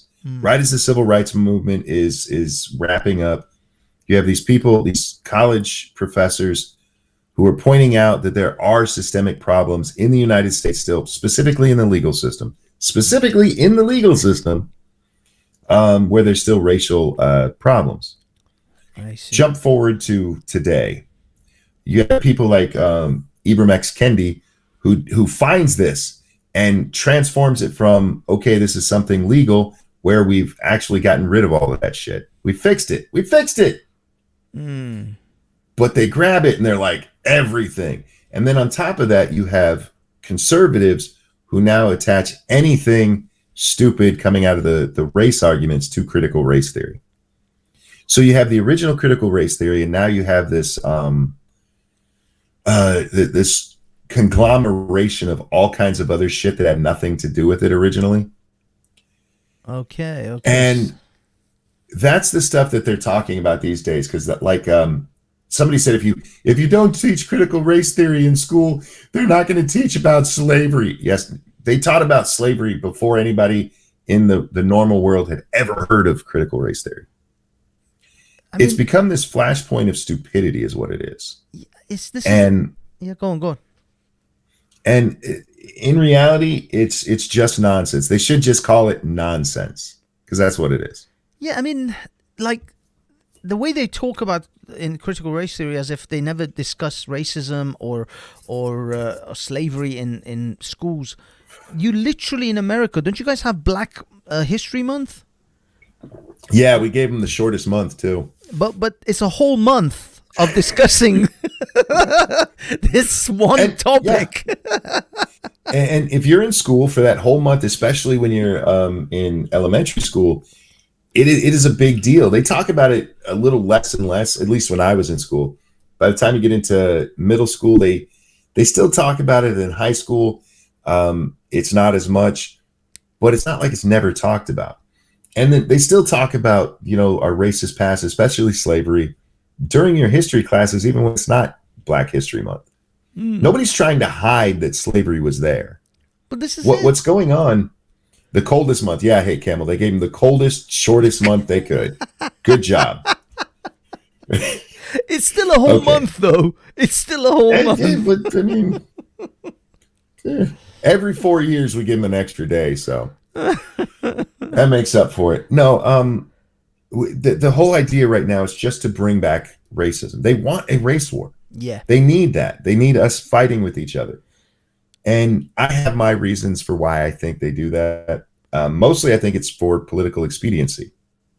The people in charge, if they don't have this, what are they going to tell you they need to fix? When I was growing up, dude, in the late 80s, early 90s, America was getting past our racist stuff. We were getting past it. Yeah. And it was in the early 90s when they decided nothing matters but color. You have to acknowledge people's color, instead of where we had been being taught we need to be colorblind. It's like, no, you have to notice he's a Negro. Like, well, I can see he's a Negro, but he's just a person. You don't know what that means. Do you understand his experience? Well, not all Black people have the same experience. Just like not all white people do. It's an absolutely retarded thing. And I mean that in the most literal sense of the word. Like, maybe there was a group of Downsy kids sitting around talking about this, and somebody went, yeah, let's do that. Yeah. It is only there to cause problems. And that's what I think of critical race theory. This is the thing. I mean, I don't know exactly if we're close in age or not, but for me, I came to the United Kingdom in the 80s, and the first chunk of my childhood was just spent trying to figure out what the hell anybody's saying, because I couldn't understand the word they were saying. So most of that was a blur. So I never really noticed any kind of overt racism, because I wasn't even aware of, if someone had made some passing comment, racist comment behind me, I wouldn't even know what the hell they're talking about anyway. But when I was in my teenage years, and I started to I was more aware of what the hell's going on around me, I never really directly experienced anyone to not like discriminate against me or not like me because of my culture, my past, or where I'm from. I just never had that. Now maybe it's because I'm Caucasian looking.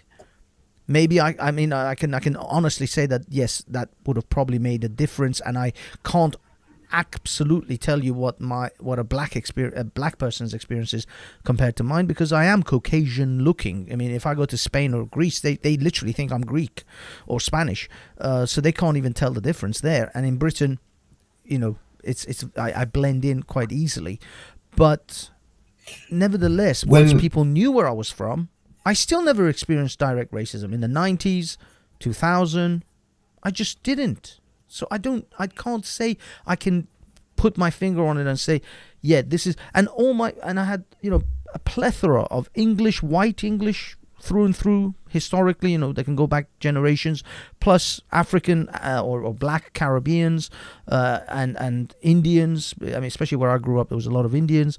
And we all hung out.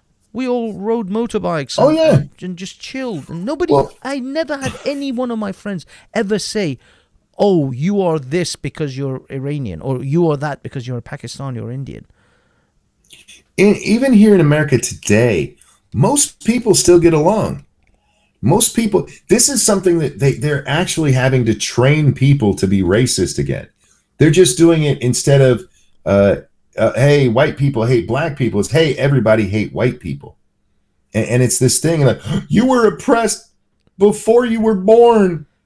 Yeah. It's a lot of really stupid nonsense. Look, there's racism. I've experienced racism. I grew up for part of my life in a mostly black city. I was absolutely the minority, and there were absolutely people there who did not like me because I was white. And there were white people who lived there who didn't like black people. But the majority of us just didn't pay attention to those idiots, and we all grabbed a basketball and went and played, or grabbed a football and went and played. Yeah. American football. We don't do soccer here. Yeah, I know. You guys don't actually play football. You play rugby, but whatever. We play foot. How dare you, sir? How dare you? No, so most of us still get along. This is largely a media and political thing. Yeah. And it's sad because they're pushing us back 100 years because they want to be dicks. If you got a better explanation, it's fine. They need the strife to justify their existence. Without the strife, Black Lives Matter doesn't exist.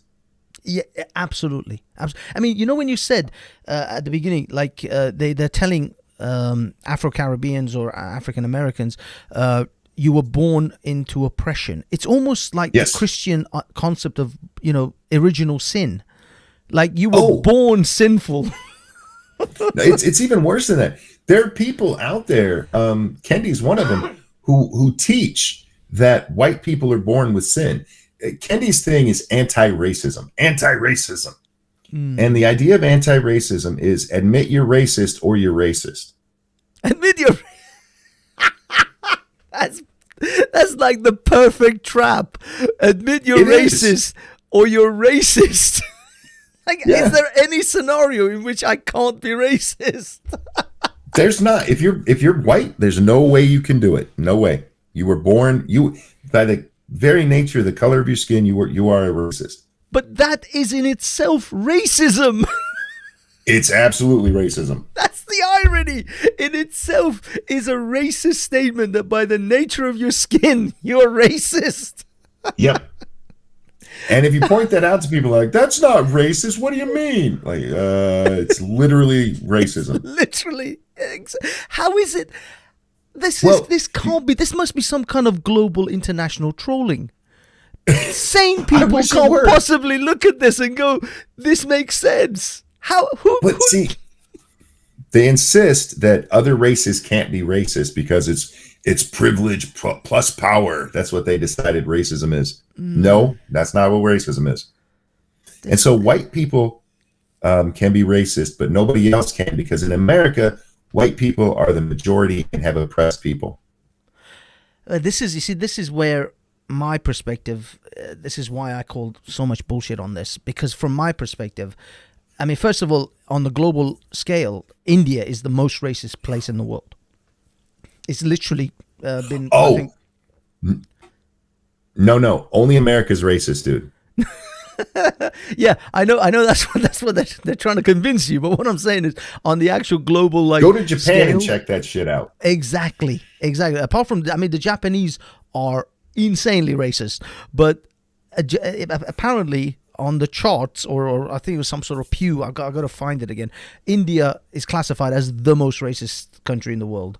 But I believe it. I've seen Middle Easterners are insane. You go to Saudi Arabia. I've seen a video of a Saudi, and he is literally smacking this Pakistani man in the head. There's a Pakistani taxi driver, because the Pakistani taxi driver said something that wasn't quite pleasant about the king, the ruling royal family, and he is smacking him, calling him all sorts of derogatory terms and saying, "What have you said?" And the guy is literally begging the Saudi to forgive him. And this is just a Saudi citizen and a Pakistani taxi driver in Saudi Arabia. The level of racism in the Middle East is off the charts. They've got African maids, North African and sort of sub-Saharan African maids from, Sudan and Nigeria and places like that, Cameroon, and they torture them, practically torture them. There's a whole documentary about how you can, first of all, they're slaves because you can buy and sell them on Instagram. Literally buy and sell them. I'll send you. I did a whole show on this. I did a whole video on this. You can buy and sell them. The BBC did an entire expose on how you can buy and sell your maid in Dubai, Abu Dhabi, Kuwait, Saudi Arabia on Instagram. And some of these maids have had nails implanted into them. They took X-rays of their hands and their feet, and they had nails in them.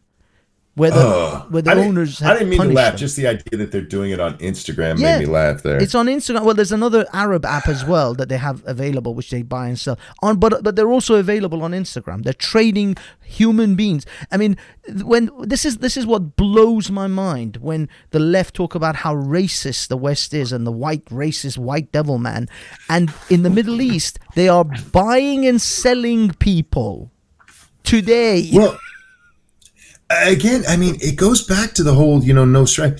I noticed this going back to the first Gulf War.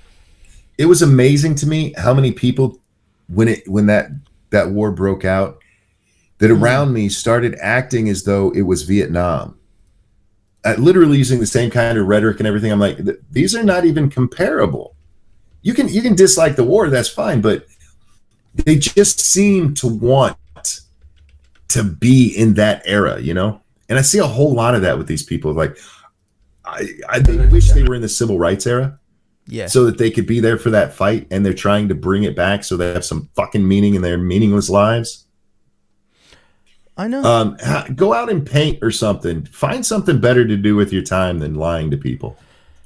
Dude, I need to wrap up here soon because Lady Monkey's going to be off work. I need to go find something for dinner. Perfect. That's great timing, because I have literally posted the link for the BBC article in the side chat of StreamYard if you have access to that. If not, it's also in the main chat. I will check it out. I have it open so I can watch it later. Yeah, it will blow your mind. I am amazed. I've been talking about this, and a lot of people in Britain have been talking about this for a long time. This show was, by the way, this program was premiered in 2019.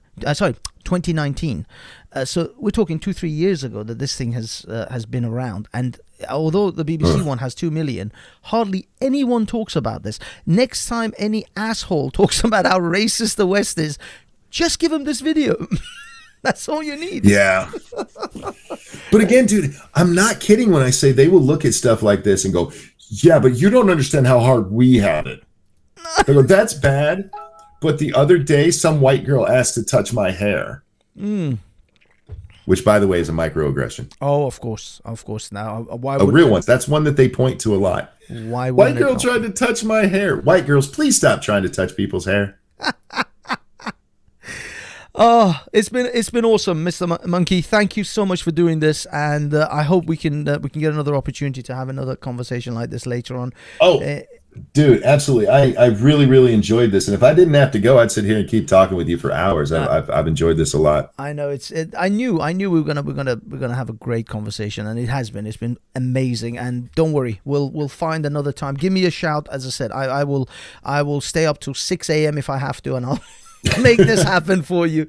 Just let me know the next time you feel like doing this. We'll do it again. But for now, thank you so much, Mr. Ranting Monkey. You have been amazing. Pleasure. And give my best to the family, the baby monkey. Big kiss from everyone from the Banksy Style Show. Will do. Yeah, they're supposed to be here today or tomorrow. So absolutely. Awesome. Thank you, sir.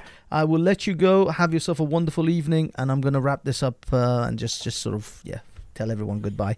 Thank you. Have a great night, sir. Bye-bye. Yeah, take care of yourself. And it was a pleasure. Bye, everyone. Cheers. Bye-bye. Bye-bye. Okay. Boys and girls, thank you so much, everyone, for coming. That was Ranting Monkey. If you don't know who the Ranting Monkey is, I'm going to just post his channel up here. Go to the Ranting Monkey channel. It's just awesome. I'm not even gonna sugarcoat it for you. You just go there, spend 2 minutes, and believe me, you'll be watching his back catalog for like a month, because they are just good solid videos. And he's just a great guy. I've been trying to get this to happen for about 5 years, since almost at the beginning of when we all started uploading to YouTube and becoming kind of content creators. But thank you, everyone, for coming tonight. I'm sorry I didn't get to say a lot of conversations or join into the chat. I love you all. Miss Banksy, shout out to MC, shout out to and Laura. I'm sorry, Gladius. I'm just gonna go with that. Everyone in the chat. There's just so many of you guys. It's too many to say hello to. But thank you. If you're new here, please feel free to subscribe. I do try to produce content at some point in the future. I literally have no schedule, so I will produce content in this lifetime, is the only thing I can guarantee you. So yeah, guys, enjoy yourselves. Have a great evening. Have a great weekend.